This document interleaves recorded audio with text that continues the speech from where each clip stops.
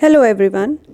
So previous class में हमने discuss किया था फ़ोटो रेस्पिरेशन और हमने देखा था कि किस तरीके से फ़ोटो रेस्पिरेशन एक वेस्टफुल प्रोसेस है जहाँ पे ऑक्सीजन ज़्यादा होने की वजह से रुबिस्को ऑक्सीजनेज एक्टिविटी दिखाना शुरू करता है और वहाँ पर दो पीजीए मॉलिक्यूल्स बनने के बजाय सिर्फ एक ही पीजीए मॉलिक्यूल बनता है डायरेक्टली, बाकी का जो एक दूसरा मॉलिक्यूल है वो ग्लाइकोलेट साइकिल में एक्सप्रेस हो जाता है। ओके तो हमने ये भी देखा था कि प्लांट्स उस प्रोसेस को अवॉइड करने के लिए बहुत सारे अलग अलग अडेप्टिव मैकेनिज़म्स अपनाते हैं। तो आज हम उन्हीं में से एक अडेप्टिव मैकेनिज़्म की बात करने वाले हैं जिसको कि बोलते हैं C4 cycle.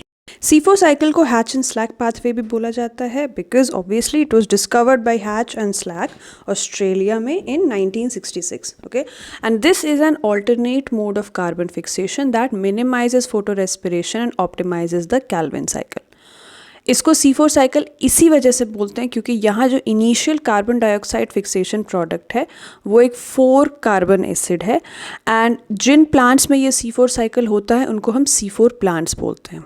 And now these plants can include both monocots and dicots और मोस्टली ये ग्रामिनी फैमिली में होता है यानी जो ग्रास फैमिली है। यहाँ पे स्पेशलिटी क्या होती है, यहाँ पर सेल्स जो होते हैं यहाँ पर सेल्स को डिवाइड किया जाता है। तो यहाँ पर दो डिस्टिंक्ट टाइप के फोटोसिंथेटिक सेल्स होते हैं, एक होता है बंडल शीट सेल, दूसरा होता है मीजोफिल सेल। ओके तो ओरिजिनली या C3 साइकिल की अगर हम बात करें तो C3 साइकिल में सारा का सारा प्रोसेस मीजोफिल सेल में होता है जो लीव्स में जिनमें जिनमें क्लोरोफिल प्रेजेंट होता है। बट यहाँ C4 प्लांट्स में दो अलग अलग टाइप के फोटोसिंथेटिक सेल्स हो जाते हैं, एक तो बंडल शीट सेल्स होंगे और दूसरे होंगे मीजोफिल सेल्स। और यहाँ पे जो C4 एसिड होता है उसका उस फॉर्मेशन को स्पेशली सेपरेट किया जाता है कैल्विन साइकिल से। तो वो प्रोसेस कैसे होता है अभी हम आगे के डायग्राम में देखेंगे। सो अब आप यहाँ पे देख सकते हैं कि दो अलग अलग सेल्स हैं, एक है मीजोफिल सेल और एक दूसरा होता है बंडल शीट सेल। तो ये जो अनाटमी है लीव्स की C4 प्लांट में ये बहुत ही टिपिकल अनाटमी है जिसको कि हम क्रैन्स अनाटमी कहते हैं और इसके बारे में भी हम आगे के वीडियोस में डिस्कस करेंगे, तो हमारे साथ बने रहिएगा। वापस चलते हैं C4 साइकिल में। तो यहाँ पर जो मीजोफिल सेल है वहाँ पर सबसे पहले कार्बन डाइऑक्साइड की एंट्री होती है। That carbon dioxide dissolves in water to form carbonic acid और फिर वो कार्बोनिक एसिड इमीडिएटली डिसोसिएट कर जाता है अपने आयंस में। तो यहाँ पे हमारे पास HCO3- आयन है। मीजोफिल सेल में यहाँ पर पहले से फॉस्फोइनॉल पाइरुवेट प्रेजेंट रहता है और इस फॉस्फोइनॉल पाइरुवेट का कार्बोक्साइलेशन होता है और उससे इस कार्बन डाइऑक्साइड को फिक्स कर दिया जाता है। मतलब ये जो HCO3- आयन है ये इस PEP के साथ जुड़ के एक C4 एसिड बनाएगा जो कि ऑक्जेलो एसिटिक एसिड होता है। Okay so phosphoenol pyruvate is a 3 carbon compound. HCO3 यानी जो कार्बन डाइऑक्साइड से जो हमें आयन इधर मिला है आगे चल के वो एक कार्बन, ये 3 और 1 कार्बन मिलके एक 4 कार्बन एसिड बना रहे हैं जिसको कि हम कहते हैं ऑक्जेलो एसिटिक एसिड।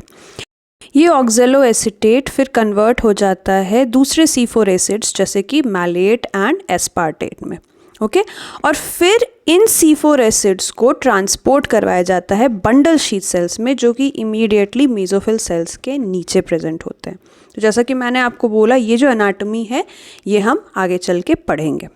ओके अब यहाँ पर जब ये C4 acid bundle sheath cell में आ गया इसका डीकार्बोक्साइलेशन होगा।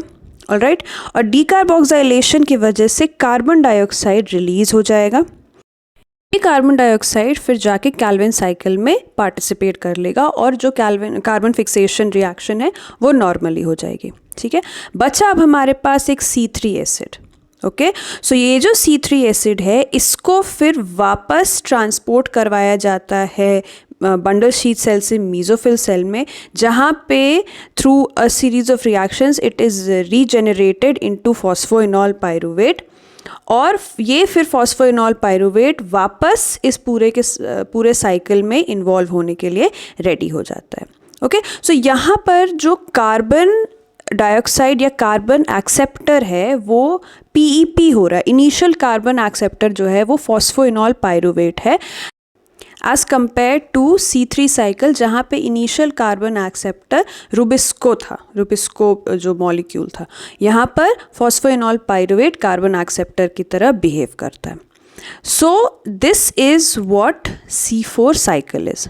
ओके, तो यहाँ पे C4 साइकिल में आगे चल के हमें क्रैन्स एनाटमी के बारे में पढ़ना है, जो स्पेशल एनाटमी होती है इन प्लांट्स की, वो हम कल की क्लास में पढ़ेंगे. तो बने रहिएगा हमारे साथ और हम आपके लिए ऐसे ही वीडियोस लाते रहेंगे. आई होप कि आपको ये साइकिल क्लियर हो, और जब ये सारे साइकिल्स हम एक साथ पढ़ लेंगे तो हम एक इसका कंपैरेटिव रिव्यू भी देखेंगे. तो बने रहिए हमारे साथ, हम जल्दी मिलेंगे आपसे एक नए वीडियो के साथ. तब तक के लिए have a good day, study well, be safe, bye bye.